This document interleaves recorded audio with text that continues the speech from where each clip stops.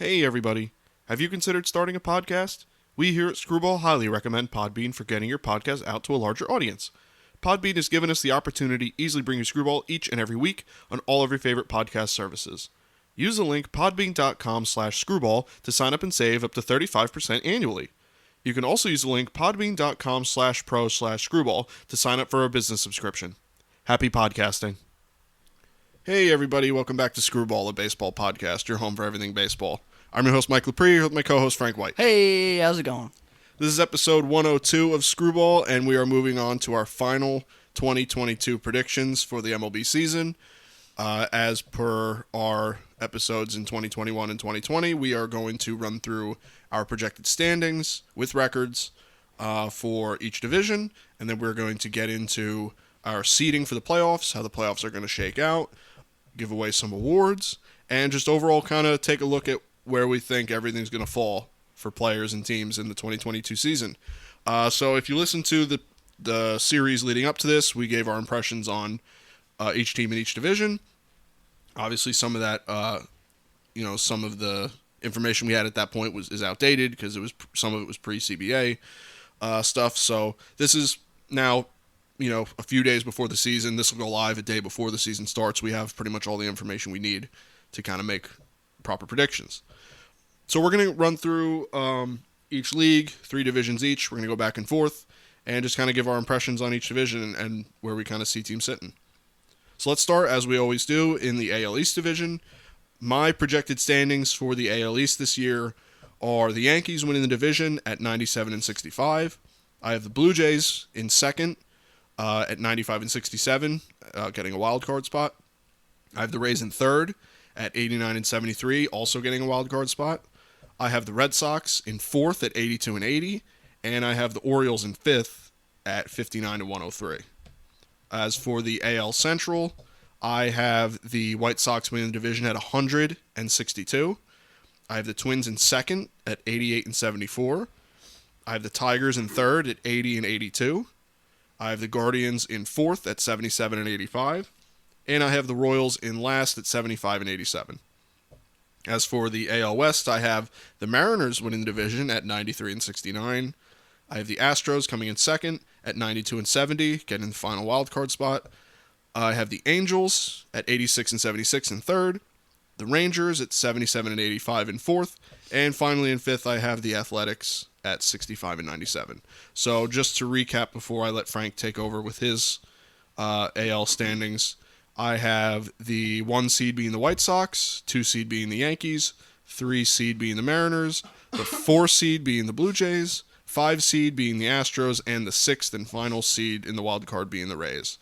And we'll get into kind of reasonings, later as we start to talk about the playoffs more. Yeah. So some of our predictions are pretty similar here.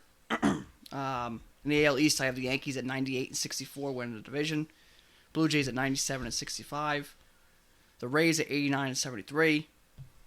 Red Sox 84-68. And the Orioles at 58-104. In the AL Central, I have the White Sox at 97-65. Tigers at 85-67. The Twins at 84-68. The Guardians at 75-87. And the Royals at 70-92. And the AL West, I have the Angels winning the division at 94-68. The Mariners at 88-74. Astros at 87-75. The Rangers at 71-91. And the A's at 68-94. So, for the AL playoffs, I have the Yankees as the 1 seed, the White Sox as the 2 seed, the Angels as the 3 seed, the Blue Jays as the 4 seed, the Rays as the 5 seed, and the Mariners as the 6 seed. So the Mariners finally break their playoff drought here. Yeah, I have I have these teams kind of where I have them, just to get into a few of them. I'm not going to get into like the Orioles at 59-103, but just to run through some of these teams real quick. I do think that the AL East will be the most competitive. I think that's pretty obvious. Yankees, Blue Jays, and Rays making the playoffs. I think that those 3 teams are pretty interchangeable. I think you can see the Rays win the division easily again just because that's what they do. I think the Blue Jays are very impressive, and I think their offense is mostly impressive. I just don't think the pitching as a whole is all there yet to win the division, but they're going to be pretty high and get the top wild card. AL Central is, again, not going to be that competitive, but I think teams did get better. Twins are more or less the same, but they're going to be better from last year. I think they got to be. Tigers are just getting better, and the White Sox, pretty much kind of like last year, are just good. As for the West, I think the Astros, their time has kind of come. I think they're still good. I think they still have a lot of talent, but it's kind of, I think it's time to give the mantle to someone else. You have the Angels, I have the Mariners. I think that both teams, Mariners especially, have just so much young talent coming. It's hard to say when their time is. And the Angels, something's got to give, and that talent's all going to be put together 1 year. You know what I mean? There's got to be at some point where all this talent comes together. And who knows, trade deadline comes and they get some pitching, and they're really off to the races. So that's kind of what I was thinking with the AL.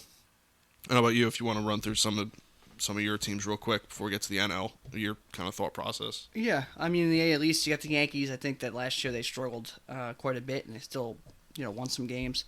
I think this year some of that struggles kind of, maybe end for some of their players. Some of those guys get back to the back of their baseball card numbers, so they'll be able to put up, a more consistent year.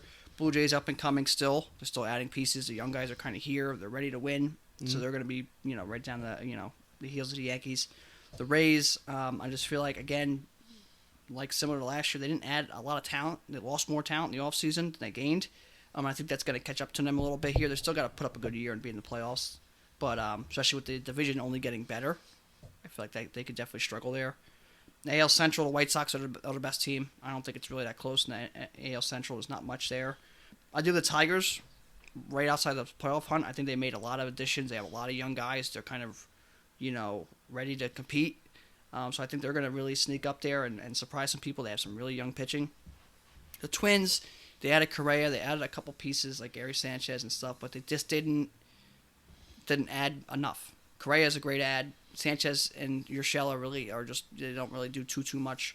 But they didn't add any pitching, which was really their biggest problem, was pitching in their bullpen. They didn't really add any of that, so I don't see that really changing. And the division really only got better, with the Tigers being better, White Sox still being good, and the Royals and Guardians still being decent. I feel like the Twins still are, they're going to be better than last year. There's just not enough pitching to really compete. Mm-hmm. AL West, it's more open now. The A's gave up, right? They got rid of everybody. Mm-hmm. Rangers getting better, still a ways away, I think. Their pitching's still not that great. The Astros, I got them in third place, missing the playoffs. I just feel like they lost Correa, Springer in the recent years. They're putting a lot of faith in Verlander. Coming off Tommy John at 40 years old, or just about 40 years old. Greinke out he left. McCullers already hurt. Mm-hmm. Bullpen having some issues. I just feel like their window's kind of shut or closing, and they're just not going to be able to really compete with this division also getting better. The Rangers getting better than they were. The A's obviously aren't that great, but the Mariners are now a lot better. The Angels, if they can stay healthy. Got the Mariners breaking their curse there in second place, making it to the playoffs. They just have a lot of young talent. They made a lot of moves. Robbie Ray, Jesse Winker. They got Julio Rodriguez. They're calling up. They made a lot of moves. They're ready to go. They want to compete. And they see the Astros kind of more as a weakness now. So this is their time to shine. I got the Angels winning the division just because if they're healthy. Offensively, they're one of the better offensive teams around. Syndergaard, he's away from the Mets. It just seems to be that's how it goes. Some players just leave the Mets, and they're just really good. I don't know why. Don't ask me. Maybe he's healthy, and he could be like kind of an ace for them. And then maybe add a pitcher here or there, and there they are. But their offense is so good, and their defense really is going to be pretty good. Mm-hmm. I see that they can really just sneak away. Just start. They start off better too. They always have bad starts. They're going to start off a little bit better. They could definitely win that division. And I don't think it's going to take a whole bunch of games to win that division either. So I got the Angels winning the division. They just have a lot of superstar talent, and if they could just stay healthy, relatively healthy, I just feel like they could beat a lot of teams. Yeah, I mean, people forget that Anthony Rendon's on that team. I mean, he stays healthy. I mean, think about how many RBIs and what kind of batting average you can bring to the team. So, and fielding. And you also have Joe Adell, who's up and coming, and Brandon Marsh, and Jared Walsh showed what he could do last year, and David Fletcher's a great, top or bottom hitter. Syndergaard should help if he can stay healthy. Iglesias. I mean, they have a lot of pieces. Joe Madden's definitely gonna be able to work around that. They just need the big three to kind of be on the field. Yeah, and that seems to be always their problems. There's some roadblock hits them, and if they can jump over that, then they could probably. I think this is the year that the competitiveness is kind of everyone's reaching the same level. I think they could hurdle that and go right to the division title. So we'll see with that. But that's one of the more exciting divisions, I think. Obviously, the AL East has a lot of talent, but this division is going to be a little bit of a scramble. Let's move on to the NL side. So same deal. We'll go from East to West. So for the NL East, I have the Braves winning the division at 99 and 63. I have the Mets coming in second at 93 and 69, getting a wild card spot. I have the Phillies at 89 and 73 in third place. I have the Marlins in fourth place at 75 and 87, and I have the Nationals in last at 73 and 89. As for the NL Central, I have the Cardinals winning the division at 94 and 68. I have the Brewers in second at 90 and 72, getting a wild card spot. I have the Cubs in third at 82 and 80. I have the Reds in fourth at 77 and 85, and I have the Pirates in last at 55 and 107. In the NL West, I have the Dodgers winning the division at 102 and 60. I have the Padres in second at 97 and 65, which is good for a wild card spot. I have the Giants in third at 81 and 81. I have the Diamondbacks in fourth at 75 and 87, and I have the Rockies in fifth at 70 and 92. I have the Dodgers as the 1 seed. I have the Braves as the 2 seed. Cardinals as the 3 seed, and then the wild cards are Padres are the 1 seed as the wild card, the 4 seed, Mets are the 5 seed, and Brewers are the 6 seed. So that's how the 6 teams I have for the playoffs, and my those are my NL standings. So that's kind of where I see each division shaking out. I think the NL Central is the least competitive of the 3 divisions overall, where I think the top of the NL East and the top of the NL West is some of the most talent you'll see in the league. Whether it translates to a record or to a title or anything, I think that regardless, you just got a lot of talent on those teams, and it's just hard to ignore. So yeah, that's kind of what I'm thinking with the NL. I think there's going to be some really good races there, especially in the East and the West, like I said, and I think they very easily could see some World Series winners coming out of this whole league here. Yeah. For me in the National League, the NL East, I have the Braves at 96 and 66 winning the division. The Mets, as Mike had, 93 and 69 in second place. Phillies 87 and 75. The Phillies are a good team. They could definitely do some damage there. Just it's hard to kind of pin them at this point, especially with this other talent. But they're a sleeper team there. The Marlins at 73 and 89. Nationals 69 and 93. NL Central, I had the Cardinals at 100 wins and 62 losses. The win of the division. The Brewers at 90 and 72. The Cubs at 78 and 84. The Reds at 68 and 94, unfortunately. And the Pirates, I have them at 50 and 112, and they could lose even more games. They could win 30 games. I wouldn't be surprised. Yeah, they're not good. So I think if they make the playoffs, me and Mike will buy tickets and go. I'm in. And Mike will get a tattoo on his head with the Pirates logo. Back to the Orioles bet, huh? This is probably a even more safer bet. Yeah, I'd say so. I would definitely say so. You never know. It's expanded playoffs now. That's true. Get one right on top of his head. Shave his head. And get a Pirates logo on top of his head. God. So, in the NL West, I have the Padres winning the division at 101 and 61. The Dodgers in second at 99 and 63. Giants 82 and 80. Diamondbacks at 70 and 92. And the Rockies at 66 and 96. So that leaves my playoff teams here for the NL. Padres as a 1 seed. Cardinals as a 2 seed. Braves as a 3 seed. The 4 seed being the Dodgers. The 5 seed being the Mets. And the 6 seed being the Brewers. Yeah, so, I mean, more or less, I'd say we have pretty much the same playoff field heading out there, except you have the Angels in the AL. So, and, I would say most people kind of agree with that whole playoff field. However you have seeding or however you have division people, this is kind of where you have your teams. So I don't think we're really far-fetched in a lot of these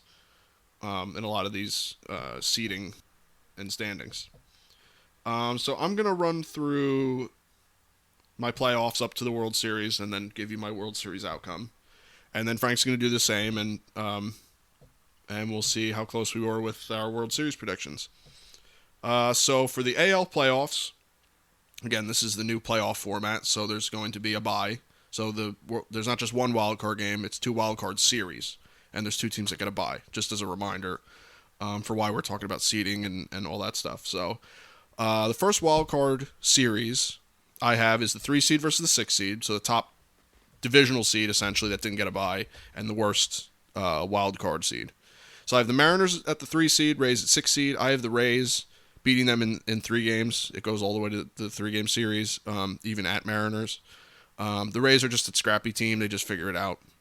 Then I have Blue Jays as the 4 seed versus the Astros as the 5 seed. I have the Blue Jays advancing because I have a lot of trepidation about the Astros season. I think they'll still be good, but I just think that it's kind of time almost for them. And I think the Blue Jays are way more up and coming. I think that they just got so much talent. So I have them winning in 3 games. As for the division series, then, I have the White Sox as the 1 seed playing the Rays, the 6 seed, who won out of the wild card series. I have the White Sox advancing in 4 games. I have them beating them pretty handedly. And then for the other division series, I have the Yankees at the 2 seed versus the Blue Jays at the 4 seed, the other wild card winner.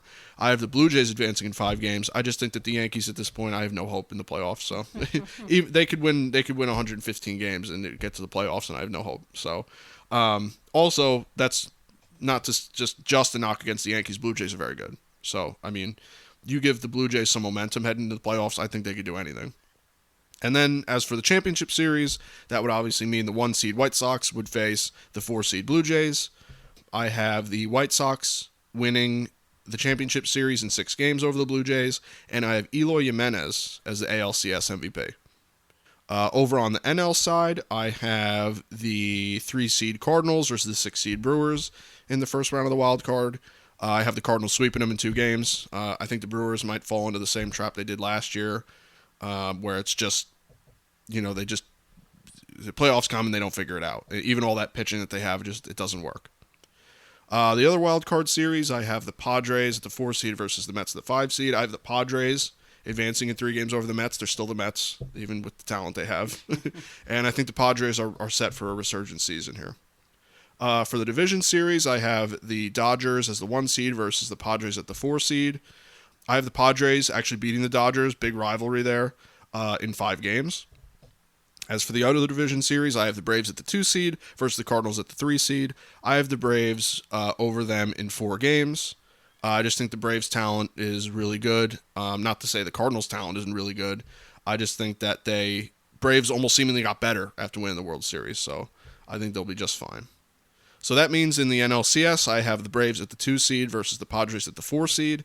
I have the Padres winning in 7 games, going to the World Series. And I have Fernando Tatis Jr. as the NLCS MVP.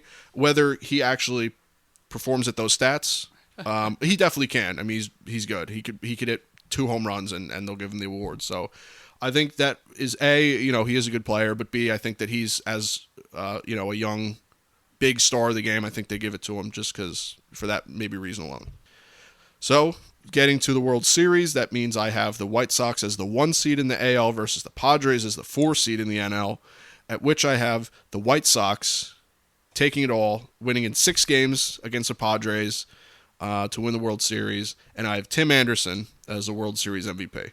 I think Tim Anderson is kind of Tatis-esque, or you could say Tatis is Tim Anderson-esque, whichever way you want to go with it. He's got flair for the dramatic. He hit that big walk-off home run during the Field of Dreams game.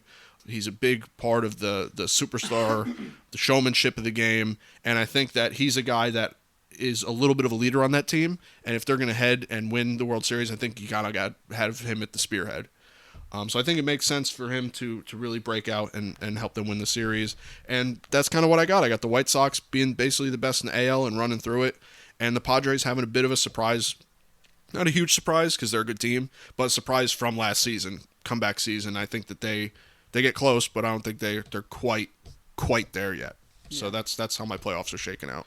Yeah, I guess some of these things are pretty similar. In my AL playoffs, I have the 6 seed Mariners facing off at the Angels. 3 seed, I have the Angels winning. That leaves the Rays as the 5 seed versus the Blue Jays as the 4 seed. I have the Blue Jays winning. For the divisional round, I have the Blue Jays at Yankees, who the Yankees as the 1 seed. I have the Yankees winning 3 games to 2. The other divisional series, I have the Angels at White Sox. I have the White Sox winning 3 games to 1. Obviously, I think the White Sox just have more pitching and depth than the Angels will have. But that could definitely be a good series. And the Blue Jays-Yankees series, I just think that they know each other. I think the Yankees, if they're going to win that many games, they're going to be more back to that how they should be playing. And they do have some veteran leadership there compared to the Blue Jays. They're still kind of wild and young. So I think that's where that'll take off. The championship series, I have the White Sox at the Yankees. I have the White Sox winning the ALCS 4-2, so in 6 games. And I have the ALCS MVP being Luis Robert. Again, the White Sox just have a lot of talent. The Yankees, they still have some holes in their lineup and when their team overall. The White Sox obviously do too. Every team does. But the White Sox, I feel like, can really match more October baseball. Maybe more ball and play, a little bit better defense, run the bases a little bit better. And I think they did win out on the manager's side as well. So I have the White Sox going to the World Series, similar to Mike here. On the National League side, I have the Brewers as the 6th seed versus the Braves as a 3 seed. I have the Braves winning in the wild card there. For the other wild card, I have the Mets as the 5 seed and the Dodgers at the 4 seed. I have the Mets winning that series. That's, of course, thinking that maybe Scherzer and DeGrom are going to both be there. If that's the case, I just feel like the Dodgers don't have pitching to compete, and their offense will be more stifled with 2 pitchers like that. In the divisional series, I have the Mets at the Padres. The Padres as the 1 seed. I have the Padres winning in 5 games, 3 games to 2. Padres, of course, just getting better, as you mentioned. They just added pieces. They have depth. They should, Tatis would be back by then after all his injuries, problems, will possibly be back. They just have a lot of talent. The other side, the other divisional series is the Braves versus the Cardinals, or Braves at Cardinals. It's every year. They play each other every year in the playoffs. That's how it goes. I have the Cardinals winning 3 games to 1. The Braves are a very good team. It's just very hard to repeat. They did lose their leader, Freddie Freeman, and it's super hard to repeat. It's how it is. It's just tough to do. And the Cardinals have a lot of depth. So that leaves the Cardinals at the Padres in the NLCS. I have the Cardinals winning in 7 over the Padres. Again, the Cardinals' depth, their veteran leadership, with Pujols being back, Molina's last year, Pujols last year, Wainwright's possible last year. The veteran leadership there, their depth, their ability to run the bases, play defense, hit the ball. The Padres are a lot more swing and miss. Haven't been there. Team, right? They just not there. The Cardinals have so much veteran leadership. I just feel like they'll take that. They'll be able to just kind of almost steal that in just their veteran leadership. And the NLCS MVP would be Dylan Carlson. So that would leave my World Series as the White Sox and the Cardinals. I have the Cardinals winning the World Series in 6 games, and I have the World Series MVP being Tyler O'Neill. The Cardinals, again, I've said it for a couple weeks now. They have just a lot of depth. Jack Flaherty's not seriously hurt at this point with his shoulder. He should be back here in a couple weeks. Wainwright, he's just changed his way of pitching, and he's back better maybe now than ever. Mm-hmm. They have Pujols back. That's just going to just re-energize them. Molina's last year, Pujols last year, Wainwright's possible last year. Like I said, their depth, their ability to run the bases, defense, make contact, play that October style of baseball. Their never die attitude that the whole organization has. Their bullpen is pretty strong, especially Alex Reyes will be back in a couple months. They have pieces in the minors to make big trades, so they can go trade for a starting pitcher or a relief pitcher or a position player if they need it. So they just have a lot of flexibility. I just feel like they're going to have so much energy and momentum because of those older veteran guys giving it their last hurrah, kind of like the Giants did with Buster Posey. That it's just something else. And the Cardinals, they're one of the best teams. And then the Cardinals, Pujols, Molina, Wainwright facing their old manager, La Russa. I don't know. That just seems appropriate. Yeah, seems pretty great. So I have the Cardinals winning the World Series there. World Series MVP being Tyler O'Neill, and just that would be quite an exciting World Series. That would be. Sure, it would be. Those teams are built pretty similar, I think. I think the Cardinals maybe just have a little bit more depth and just veteran leadership. So I think that's where they take that. Right. Yeah. So, talk about an exciting World Series. That'd be an all-time classic. That would be very exciting. Yeah. So, we both have the White Sox in there. I think I even had the White Sox in there, maybe not last year, but I think the year prior. I do think highly of the White Sox. I think they have a lot of talent, and I think it's just a matter of putting it together for a run. I don't think either of us really doubt that. Cardinals, I do have winning the division pretty soundly. I have them getting to the division series very soundly. So I do think highly of them, and I think that a perfect storybook ending to Yachty and Pujols would be a World Series win and beating Tony La Russa would be kind of cool. So I'm not going to necessarily disagree with that. I like that idea, but I do think the Padres do have a lot of talent and pitching depth to the nth degree. If their pitching just doesn't end up like it did last season, even half of that, then they're going to be just fine in that division. Whether they actually make the World Series like I have them here or not, I think they'll be just fine regardless. Yeah. So I think I definitely think those two teams, the Padres have a lot of talent. I just feel like they do have a lot of pitching depth. They just don't have someone you can really rely on as their ace and that veteran leader at this point. And their bullpen, I don't know. Their bullpen's kind of been like an issue kind of for them a little bit. Mm-hmm. Tatis's health, obviously another huge issue. So yep. My one last small thing for the regular season here is the All-Star game. I have the American League beating the National League 9-5, and All-Star game MVP being Aaron Judge. Yeah, I think it's a good bet. You got to figure Judge would win it at some point. He's got a home run derby crown and All-Star game crown to go with that too nicely. So I'll go with that. I don't have one, but I'll just go with it. So the next segment we kind of do here is we move on to the awards, and then from the awards we kind of move on to stat leaders. We don't go into every little stat there is. We don't really get into the sabermetric stats either. It's just the big ones: home runs, average, wins leader, K leader, all that stuff. So let's get into the awards first. So we'll do the big four: MVP, Cy Young, Rookie of the Year, Manager of the Year, and then we also have the Comeback Player of the Year. So for my two MVP winners in the AL and NL, I have Rafael Devers, and in the NL I have Ronald Acuna Jr. At this point, well, before he gets hurt, Ronald Acuna Jr. is a more safe MVP bet. Even if it doesn't work out, you can't really blame someone for going there. I think that it's more of a stretch now with him being out with his injury and his proneness to injury. But I still think that he's a kind of guy that can really put up a lot of stats quickly, and he's just that talented. And I think with where I have the Braves in the season, I think you're going to need him to kind of put those kind of wins together. And then in the AL, I think Rafael Devers, while I don't have the Red Sox having that great of a season, Rafael Devers just always has home runs, always has RBIs, puts the team on his back, has a good average, has okay defense. Although, how much they consider defense in the MVP, I don't know. But yeah, I just think that Devers is a little bit of a dark horse, and I think the guy's really super talented, and he just seems to be getting better. So I have as my MVPs Devers and Acuna. For me, the AL MVP, I have Luis Robert. I just think the guy is uber talented. He is just... No one really talks about him in the upper echelon of players, but he is one of the top players in all of baseball. He is that Mike Trout-esque player. And we've seen last year when he came back from injury, he batted like 333 down the stretch there for like a month or two. I think it was like almost 2 months. The guy has home run power, middle of the order power. He has speed to be at the top of the lineup. His defense is phenomenal.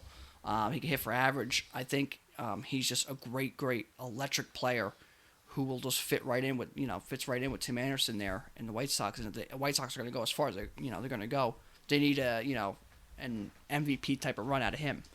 In the National League, I went pretty safe here. Juan Soto, he's been in the running almost every year. The guy's just consistent as they come. He's going to bat 300. He's going to hit some home runs. He's going to steal some bases. People love him. He's just a great face for baseball. I feel like, as long as he puts up a pretty good year, he's in the hunt. And if he just puts up a year that he definitely could put up as he's 24 years old, he's only growing, he can easily win the MVP there. And also he does kind of have a contract coming up here pretty soon too, so he's going to have that kind of as a extra incentive to want to really put up an MVP year here. So I got him as my National League MVP, even on a relatively not good team. Yeah, no, I think Soto's fantastic. I love that guy, and he would have been my other choice for NL MVP. I think he's just fantastic, and he always puts up stats, average, home runs, everything. For the Cy Young Awards in the AL and NL, maybe not too much of a surprise here. In the AL, I have Garrett Cole. If the Yankees are going to be good, he's going to kind of have to be the guy, putting them on his back. And he came in second in the Cy Young voting last year, and comparatively to his other seasons was not very good. He's obviously still put up a good amount of strikeouts in the ERA and stuff, but he had some rough patches, and a lot of Yankee fans turned their ire to him when they lost the wild card game. So I think he's going to be just fine. Great pitcher, winning ace mentality, and I think that he's, even in bad years, is leagues above some other pitchers. So I think he'll be fine in the AL. And then the NL, for the Cy Young, I have Zach Wheeler. I think he got a little bit of a snub last year. I think that he is a workhorse at this point through and through. He's going to have a lot of innings, a lot of strikeouts, And I just think that if the Phillies are going to be better, he'll get a little bit more run support. Maybe he'll have a little bit more backing on better, bullpen pitching is potential. There's potential out there in their bullpen. So I just think that Zach Wheeler maybe finally puts it all together for a real Cy Young year this year. So I have Garrett Cole in the AL and Zach Wheeler in the NL for Cy Young. Yeah, American League. I can't fault you there because I got Garrett Cole as well. As you said, he's gonna, he gets his wins with that lineup for the most part. His strikeouts are always there. He's this battle, warrior kind of guy. So he's gonna put up his numbers, through and through. National League, I have Walker Buehler. I think he doesn't really get as much credit for as dominant as he's been, how important he has been to the Dodgers, because Kershaw hasn't been the best pitcher for the Dodgers, and I don't think he's been the best pitcher for the Dodgers in maybe even 3 years. Mm-hmm. And that really stands because Walker Buehler's been there. Walker Buehler has been one of their most dominant players and one of the more dominant pitchers in all of baseball. I think this year he's really going to prove and show people, hey man, this Buehler guy is pretty good. It's not just Kershaw all these years. Right. And Kershaw kind of more on the back slope of his career. So I think Walker Buehler really shines there. And with that lineup, he should get a lot of wins. He does strike out a decent amount of people, but his ERA is always pretty low. He just kind of keeps the runs off the board, and then he's going to get so many run support. He's a guy who can win 25 games. Yeah, absolutely. Pound for pound, their best pitcher. Even if you take away all the controversy with Bauer and say he has a fully healthy and full season, I think Walker Buehler is just leaps and bounds their best pitcher. Yeah, I mean, that lineup, like I said, he could win 25 games. Yeah, 100%. 100%. So let's move on to Rookie of the Year. In the AL, I have Bobby Witt Jr. Making the announcement that he made the Royals opening day roster. He's the number one prospect in baseball. He has absolutely torn apart minor league hitting, or minor league pitching, I should say. I think that he's ready to go for the big leagues. Obviously not on a great Royals team, but I think that the guy's uber talented, and I don't think it'll take much for him to take home the Rookie of the Year. For the NL, I have Joey Bart, the catcher, out with the Giants. I think in a kind of, stepping into Buster Posey's shoes type deal. I think that he could be definitely ready for that role.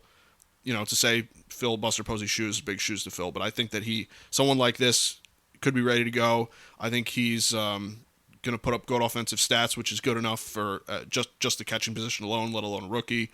So I think for those reasons at his position, I think that they'll probably give him the nod. I think that he's going to have a pretty good year comparatively. But Rookie of the Year this year is pretty tough. So I got to say, you got to put up. You can't just put up a 250 average and they'll call you the Rookie of the Year. You got to have a good year. Yeah. For me, again, the AL, I have Bobby Witt Jr. as well. I think the guy just does everything you ask of him: home run, speed, defense. He's got some flash to him. Pretty sure he's got the long hair, or he had the longer hair at one point. Just kind of fits that bill of just exciting players. Kind of, see him maybe having like a Jonathan India kind of year is what I kind of see him possibly having. But he's got some superstar talent. But there is a lot of American League guys here, Julio Rodriguez and guys like that, Spencer Torkelson. Rodriguez, the pitcher for the Orioles, as well as Adley Rutschman. Yeah.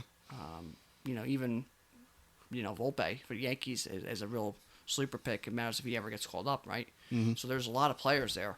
Christian Pache, I believe, still has rookie eligibility too. So there's a lot of guys there in the American League. In the National League, I have O'Neal Cruz. He's 6'7", 6'8", shortstop. I've never seen anything like it. Incredible. But he's a great player.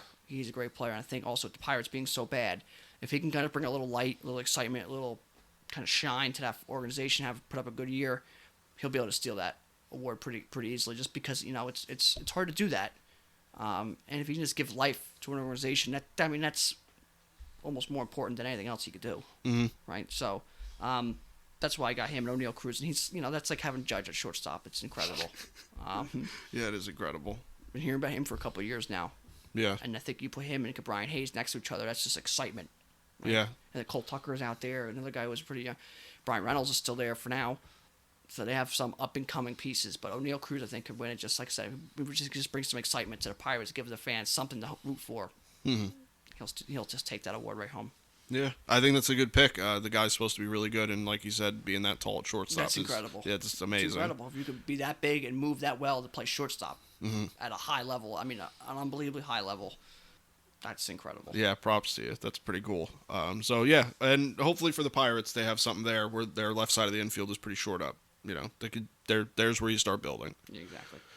So let's move on to the final of the big four of the awards, the Manager of the Year award. No surprise here based on who I have in the World Series. I have in the AL Tony La Russa. They're, just add to the accolades of Tony La Russa. Not like he really needs it, but I think as an older head of the game, a little more old school style baseball, leading a team of guys that are almost all new style baseball, I think is a testament to how good Tony La Russa is as a manager, and I think he would deserve it. As far as the NL Manager of the Year, Bob Melvin, that's always a safe pick. Bob Melvin is one of the best managers there is, and I think coming over to the Padres, he can really turn that ship around and give it a 180, and like I have them here in the World Series. So based on kind of how I think the season's going to go, I think Tony La Russa and Bob Melvin are going to be your managers of the year. I think that they're both they could both be candidates for Manager of the Year every year. They're just great. They're great guys. Yeah. For me, this is pretty similar to last year. I have AL Manager of the Year, Joe Madden. I feel like if he can keep the Angels healthy and he can get the Angels to the playoffs, get Trout to the playoffs, Otani to the playoffs, Rendon back to the playoffs, guys like that to the playoffs, I feel like he's got to be American League Manager of the Year, right? And he's beloved by sports writers and people around because of his, just unorthodox way about doing things. Mm-hmm.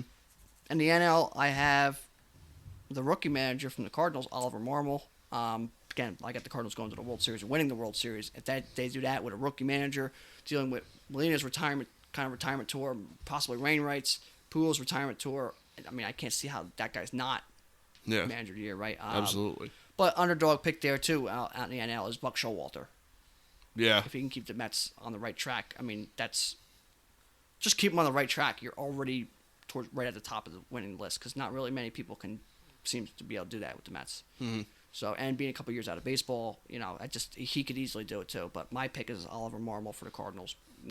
Reason why I got him winning the World Series. I mean, that usually wins you an award.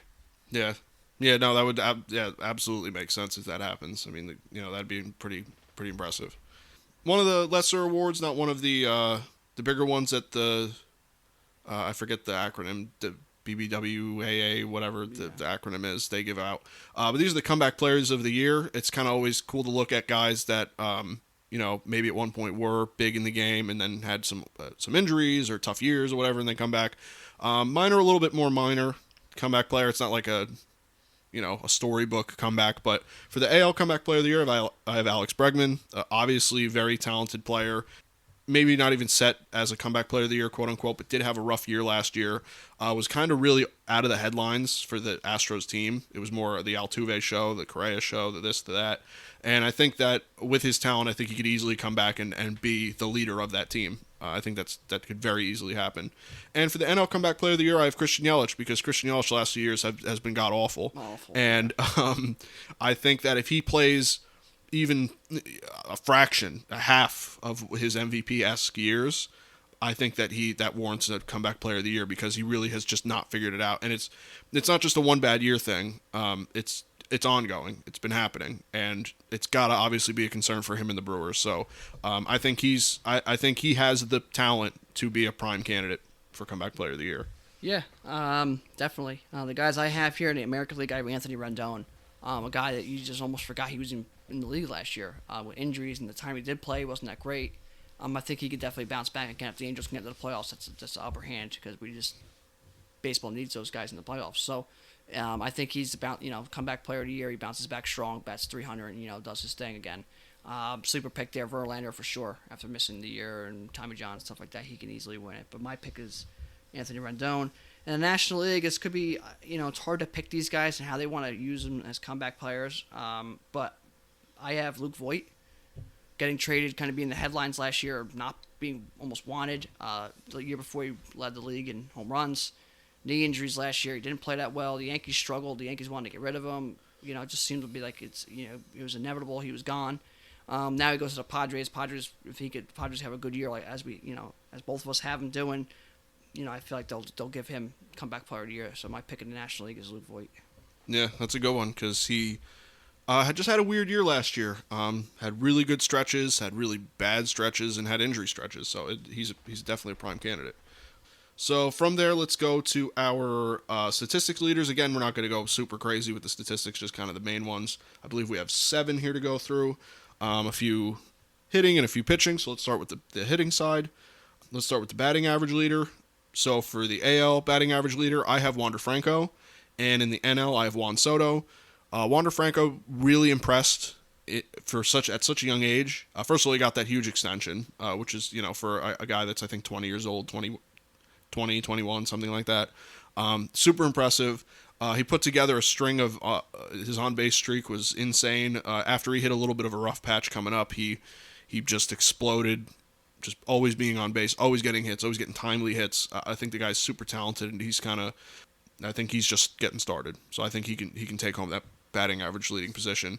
And in the NL, I have Juan Soto because Juan Soto is just a fantastic hitter all around. I don't think I really even need to explain myself. No. I think that he may have even led the league in the NL in average last year. I think that him or Trey Turner. I was going to say he was very close every year. So yeah, I got Juan Soto in the NL. Yeah, for me, the American League, I feel like the American League was pretty tough. I kind of went with, I think, a sleeper, maybe an underdog pick, maybe out of the hat kind of guy. I got Corey Seeger.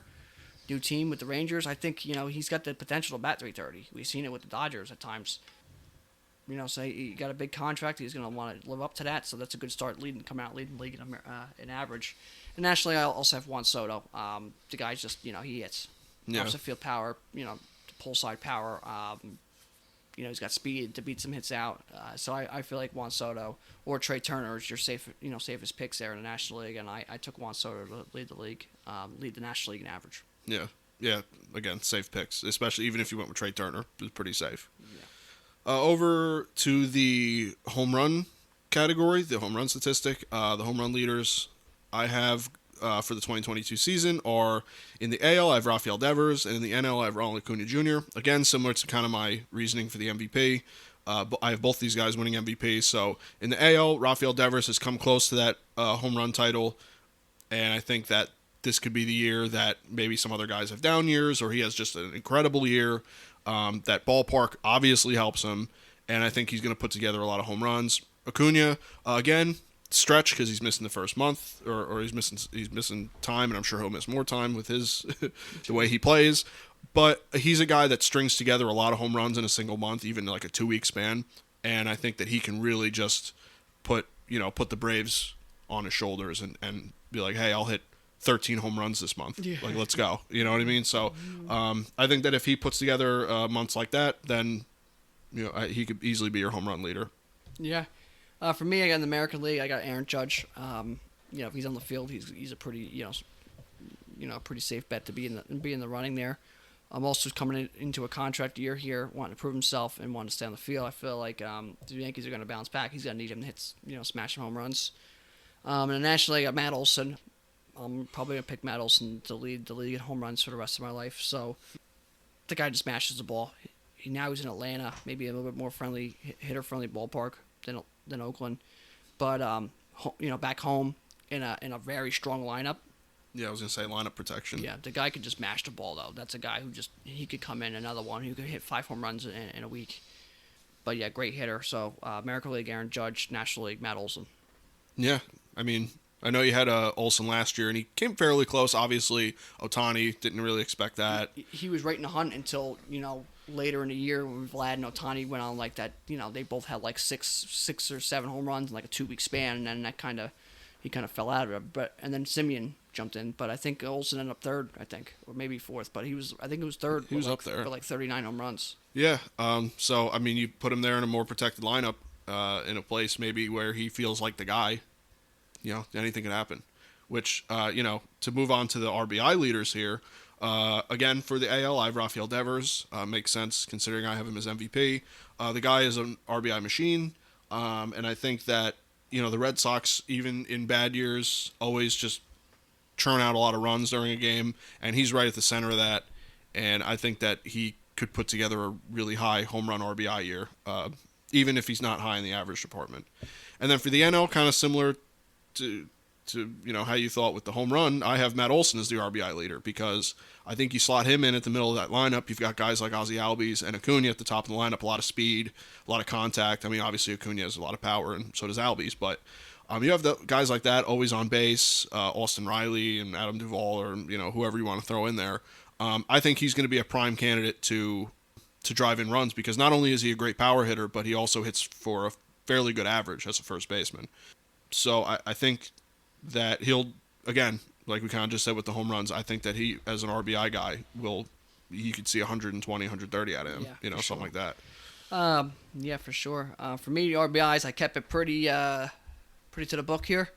In the American League, I got Jose Abreu, the guy who led the RBIs for the last 5 years. Yeah, something like that. That's what he does with that lineup. He's just guys on base. Even if he doesn't have the greatest of years, just guys a chance to drive runs in, he drives them in. That's his job. That's what he does. In the National League, Nolan Arenado. Obviously, those two teams are having good years. They're going to need those guys. But another guy who just drives runs in. And those lineups are going to have people on base and running and stealing and just being great opportunities to drive runs in. So that's why I got him there. So American League, Jose Abreu, National League, Nolan Arenado. They're RBI machines. Yeah, 100%. Yeah, I mean, I can't argue with Jose Abreu in the slightest because he just doesn't matter what year he's having. RBIs, they're always coming in. Let's move on to the stolen base category. There's usually not much to choose from, honestly, for this category, so you might see some similar names here. But for the AL, I have Whit Merrifield, kind of a guy that's always at the top of the projection for stolen bases. Really speedy guy, really playmaker for the Royals. And then in the NL, I have Ronald Acuna Jr. Coming off an injury is not always the best thing, especially a knee injury, not the best thing for your legs. But the guy is just an explosive player, and I think that he kind of throws caution into the wind sometimes and says, I'm running, I'm hitting, I'm playing the game my way. And I think that he could easily run to the head with the stolen base leadership. You also got to think of Trey Turner out there in the NL. But I think that Acuna can run like a horse, and I think that he will if he feels healthy enough. He'll just, like I said, he'll just throw caution into the wind. I'm running. Yeah. For me, stolen bases, American League, Adalberto Mondesi, if he stays healthy, he's pretty much the favorite every year. Yep. The guy can fly. He's on base a lot too, so that also helps. And then Whit Merrifield, his teammate, can also throw it in there. But for me, American League, Adalberto Mondesi. The National League, Starling Marte. He had like 50 stolen bases last year. He came over to the A's and it was incredible. The guy steals 20 more bases every year, but his rookie year and COVID shortened year. But the guy can not just steal bases, but efficiently steal bases. So he's definitely a great candidate for that. So my American League pick for stolen bases, Adalberto Mondesi. National League, Starling Marte. Cool. So let's move on to the pitching statistics, the last 4 statistics we have here. So the first one we have here is the wins leader. So again, not really surprising to anybody. A lot of these pitching stats, there's going to be no surprises, at least from me. The AL wins leader, I have Garrett Cole. Again, I have him winning Cy Young, and the Yankees are going to get him a lot of wins, even if he has a little bit of a bad outing. I just think the Yankees can put together wins for him, and the bullpen can protect him too if he kind of is a little shaky. In the NL, you have Walker Buehler. I know you have him as a Cy Young guy. I don't have him as a Cy Young guy, but with the Dodgers team, he's going to get wins. Anyway, it doesn't matter. Even if he has a rough year for him, he's going to get wins. That Dodger team is amazing. Has a good bullpen. Has hitting. Can definitely protect the pitcher. So I have Garrett Cole in the AL and Walker Buehler in the NL for wins. I have the exact same thing. So there's not much to say there. Both teams have great lineups. Both pitchers are very good at being able to win their games that they're in. Even if they're struggling a bit that day, they'll be able to win, stay on the winning side of it. So, again, wins in American League, Garrett Cole, National League, Walker Buehler. Yeah, not much to really go into there. As for strikeouts, again, not much of a surprise from me. In the NL, I have Garrett Cole, big strikeout guy, always has been, and he will continue this year, same way. In the NL, I have Zach Wheeler, I believe led the NL in strikeouts last year as well. I just don't know how many guys can really put up the strikeouts with him. I think there's only really, really a handful, depending on if you have a DeGrom or Scherzer healthy year. I think that they're really the guys that are going to rival him. Yeah, so I think that Wheeler's going to put in the innings and the strikeouts, and the Phillies team is a little better this year. So, like I said previously with Cole, you got a lot of protection with your team now. You got, you can throw him out there an extra inning or two. I know that kind of hurt him last year, but that'll definitely happen more than a few times with this guy. So yeah, for sure. American League, again, Garrett Cole. He just strikes guys out. He just has the repertoire and just the velocity to strike people out. Nationally, I went Max Scherzer. If he could stay somewhat healthy, he's usually a pretty prime candidate there. So I just went Max Scherzer. And nationally, I think he just needs to stay relatively healthy, and he'll definitely be in the top couple. So I took him for National League strikeout leader. Yeah, definitely. Max Scherzer has been top of the heap for I don't know how many years now in pitching categories, so can't go wrong with him. No. And let's move on to the ERA leaders for the league. On the AL, I have Shane Bieber winning the ERA category. Shane Bieber, kind of a guy that I wouldn't say people have forgotten about, but had a lesser year last year, so he's kind of like fallen off of the favoritism for the stat leaders. But I think that the guy's super, super talented. He won the Triple Crown in pitching, I think 2 years ago when he won Cy Young, the shortened season, but even still. I think he could replicate that and just have a really good ERA. I just don't think he'll lead, especially in wins with that Guardians team. I just don't see it happening. So I think he can take home the ERA category. And in the NL, I have Zach Wheeler. Again, I have him winning Cy Young. I think he's going to have a better year than he did last year. A little bit less of the shelled outings / innings that he kind of tends to have sometimes. I think that he'll put it a little bit, together a little bit better this year. And I think that he's just a really talented guy, and I don't think I really need to keep getting into how much I really like Zach Wheeler. Yeah, no, Zach Wheeler's a great pitcher. I think the only thing that could hurt him is the possibility of missing some time here in the beginning of the year. Mm-hmm. But in the ERA category in the American League, I have Shane Bieber as well, coming back from injury, and he's just a low run allowed pitcher. Mm-hmm. That's what he does. So I think that's a pretty good pick there. And nationally, I have Corbin Burns. He doesn't walk a lot of guys, and he has a lot of movement, a lot of ground balls. So he kind of it's hard to score a bunch of runs off him. Mm-hmm. So I feel like he's just consistently giving up 1 or 2, 3 runs every start. He doesn't really get them blow-up starts, so it's easier to keep him ERA a little lower that way. Yeah. Yeah, it makes sense. I mean, he's tough to hit in MLB The Show, so I can't imagine real life. Yeah. And the final stat category we have here, and the final bit of predictions we have for the 2022 season is the saves category. In the NL side, I have Liam Hendricks. Makes sense. I have the White Sox winning 102 games, so 100 games. Save a few of them. Yeah, you're definitely going to get your saves there, and he's a very good closer, so he always gets his saves anyway. On the NL, I have Kenley Jensen, kind of new environment, going to the Braves from his usual Dodger blue. But all the same, I do have the Braves winning 99 games. Again, you're going to get your saves, and I think that Kenley Jansen is a guy that you bring in really any situation, bases loaded, no outs, and you got to bring him in now. You're up 3 runs and you're pretty safe, or you're only up 1 run. He's a guy you can pretty much trust more or less at this point in his career with any situation. So I think that Liam Hendricks and Kenley Jensen are your saves leaders. Yeah, those are great picks, of course. My save leaders, I have in American League, Rafael Iglesias. Reason being, they'll put him in for 4-out, 5-out, 6-out saves, and they need him. They need him to get the saves. They don't have a real strong bullpen, so they're going to use him. Mm-hmm. So he'll be out there almost every day if they're winning. So I feel like they're going to use him. They're going to give him every chance he can. So I feel like he'll win. He can lead the leagues and saves there. Yep. And in the National League side, I got Craig Kimbrell playing with the Dodgers, going to win for me 99 games. They're going to be holding the lead or tied or in close games. For the most part, winning almost every game. Yeah. So he's going to have a lot of chances there at the end of the year or at the end of the games, just like Kenley Jensen did for many years. Yep.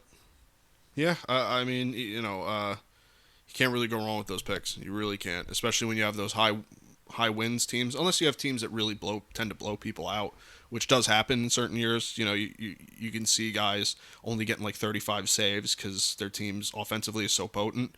But I mean, there's really it feels like there's not as many premier closers as there used to be. Teams don't really, the bullpen by committee type deal. So it's hard to just be a longevity as a closer too. Yeah. Usually it's 1, 2, 3 years and that's it. It's not this 5, 6, 7, 8 years. His whole careers. The Papelbons, the Mariano Rivera's, the Hoffmans, Fernando Rodney, guys like that who just longevity at the closer position and a relative dominance at it as well. It's hard to do.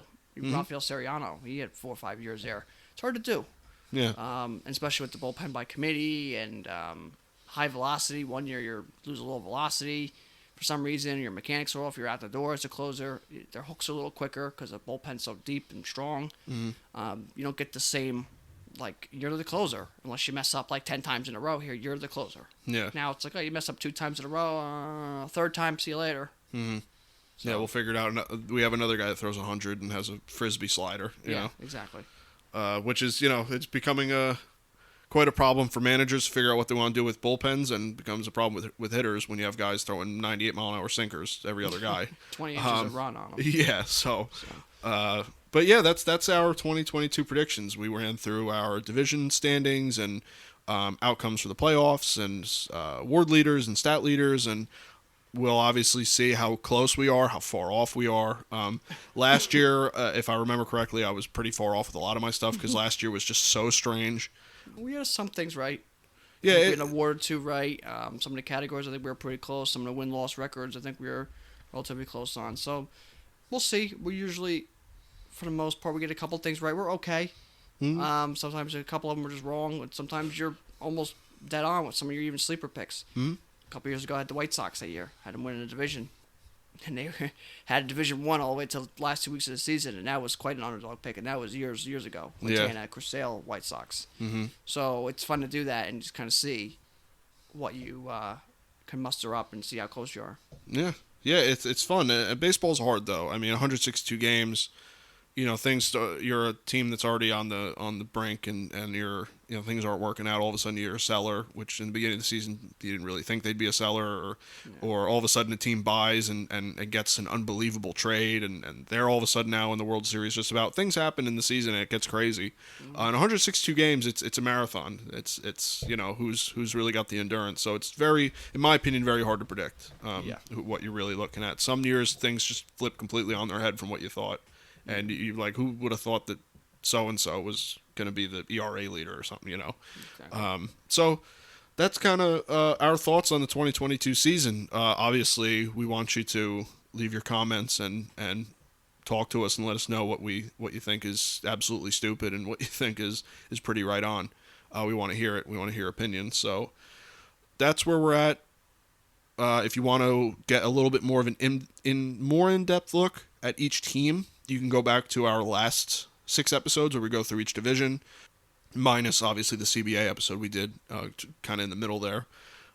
So you can go check that out. We'll talk about if your favorite team kind of got glossed over here, then you can go back and listen to one of those, and you can hear us kind of go in depth on our thoughts with those teams. But we kind of tried to focus this a little more overarching. Where do we think the league is looking for 2022? But that's kind of my thoughts. Yeah, on the season. That's pretty much it. Last little bit I got here is the trivia question for the week. The trivia question is, what players split the World Series MVP award first?